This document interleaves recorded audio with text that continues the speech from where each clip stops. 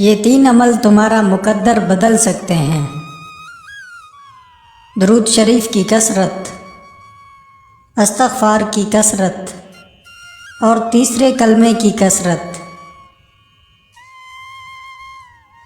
دل میں کچھ اور، زبان پر کچھ اور، اسے کہتے ہیں منافقت۔ اور آج کل کے دور میں ہر کوئی منافق ہی تو ہے۔ خود کو وہ انسان بناؤ کہ ہر شخص تم سے محبت کرنے لگے اور تمہارے گزر جانے کے بعد تمہارا نام اچھائی سے لے۔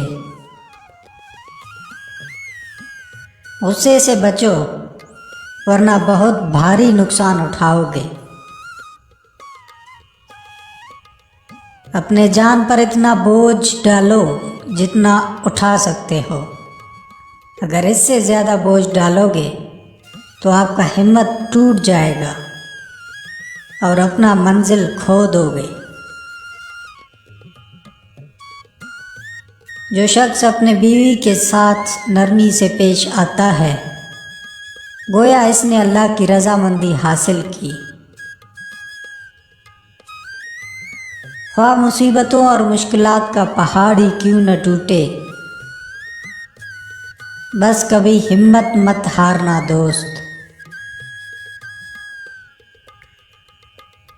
اگر تم اپنے مسلمان بھائی سے محبت نہیں کرتے تو تم اس کا بھائی ہی نہیں ہو۔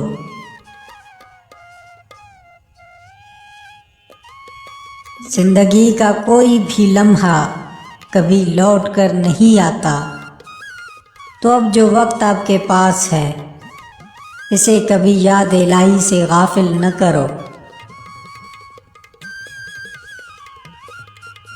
خوشی اور غم دونوں عارضی ہوتے ہیں۔ اپنی زندگی میں ہمیشہ سوچ و وچار سے کام لو، تم کامیاب ہو جاؤ گے۔ جس نے جھوٹ اور خیانت سے پرہیز کیا گویا وہ کامیاب ہو گیا۔ جو امیری میں غریبوں کو بھول گیا تو برے وقت میں اس کا بھی کوئی حال پوچھنے والا نہیں ہوگا۔ زندگی میں کبھی کسی چیز کو فضول نہ سمجھو،